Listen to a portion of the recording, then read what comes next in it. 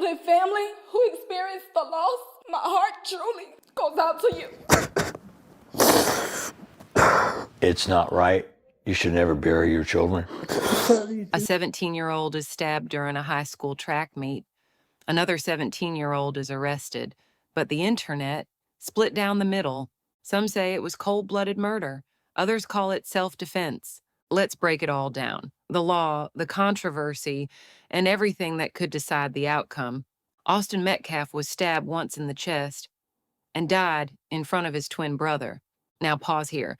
Under Texas Penal Code Section 9.32, deadly force can only be used if you're stopping deadly force or preventing a violent felony, like aggravated assault or murder. So unless Karmelo truly believed Austin was about to kill him, his self-defense argument starts on shaky ground. But here's where things split. Karmelo allegedly said, "Touch me and see what happens." Was that a warning or a threat? If he had instead said something like, "Touch me and I'll stab you," that might fall under Texas Penal Code Section 9.04, which says that threatening to use force, even deadly force, can still be considered self-defense if it's meant as a deterrent rather than an actual intent to follow through. Meaning, if Karmelo had clearly stated he was armed and was just trying to scare Austin off and not escalate the fight, that could help his case. But since he didn't disclose the weapon, it's harder to argue that his actions were meant to prevent violence instead of causing it. Now remember, Karmelo brought a knife to a school event. That's a problem. Under Texas Penal Code Section 46.03, weapons on school property are illegal, meaning he may have already been committing a crime before the stabbing even happened.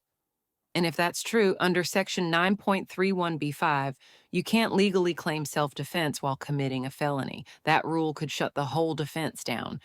But Karmelo's supporters argue he felt threatened. He was cornered. He was alone in another school's tent. And now there are unconfirmed rumors that he may have been bullied before this, that he might have already been scared walking into that meet. If that turns out to be true, and the defense can show he had reason to be afraid, even before the confrontation started, it could strengthen their case. Why? Because Texas law doesn't require the threat to be real, only that the person reasonably believed they were in danger. Meaning, if Karmelo had a buildup of fear, even without immediate violence, the jury might sympathize with that panic response. Karmelo allegedly refused to leave the memorial team's tent after being told to, and that could count as provocation under Section 9.31b4, meaning, if you start the fight, you lose your right to self-defense, unless you clearly back down and the other person keeps going. Did Karmelo try to back down? There's no proof of that yet. Did he raise his voice or escalate verbally? Did he make any hand movements or posture aggressively? Did he have any opportunity to walk away before the stabbing? These are the types of things that prosecutors will use to say Karmelo chose violence. And what about how he acted after the stabbing? Did he flee, try to hide the weapon, or did he cooperate? According to police reports, Karmelo stayed at the scene and reportedly admitted to stabbing Austin. That cooperation could help him. Even how he pulled the knife could matter. Was it immediate panic? Or was it drawn intentionally as a threat? All of these details paint the bigger picture.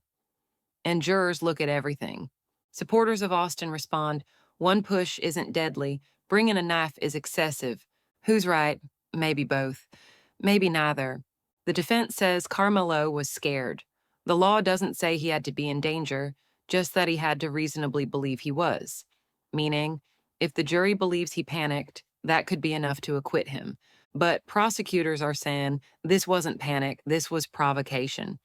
Texas law says if you start the fight, you lose the right to claim self-defense, unless you clearly try to walk away and the other person keeps coming.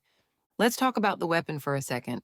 Some people online said it wasn't a knife, it was a cleat, like a metal track shoe, a sharp object. But police say they recovered a black knife at the scene, not a cleat. And according to reports, Karmelo admitted to the stabbing. Rumors can create noise, but evidence wins trials. For the prosecution, it's an uphill battle. They have to prove this wasn't fear, it was murder. That Karmelo had options. that he escalated things, didn't escape them. They have to erase every doubt, every hesitation. The defense? They don't need to win every juror, just one. This whole case now hinges on, was Karmelo scared or looking to scare? Was Austin threatening or just frustrated? Was there past bullying or is that just noise? Did Karmelo provoke the situation by staying in the tent? Did he clearly try to back away or not at all? Did he escalate through words or posture? Was that single stab reasonable? 12 jurors are going to decide, and the internet already has, so tell me, are you leaning justice for Austin or for Karmelo? Drop your thoughts in the comments.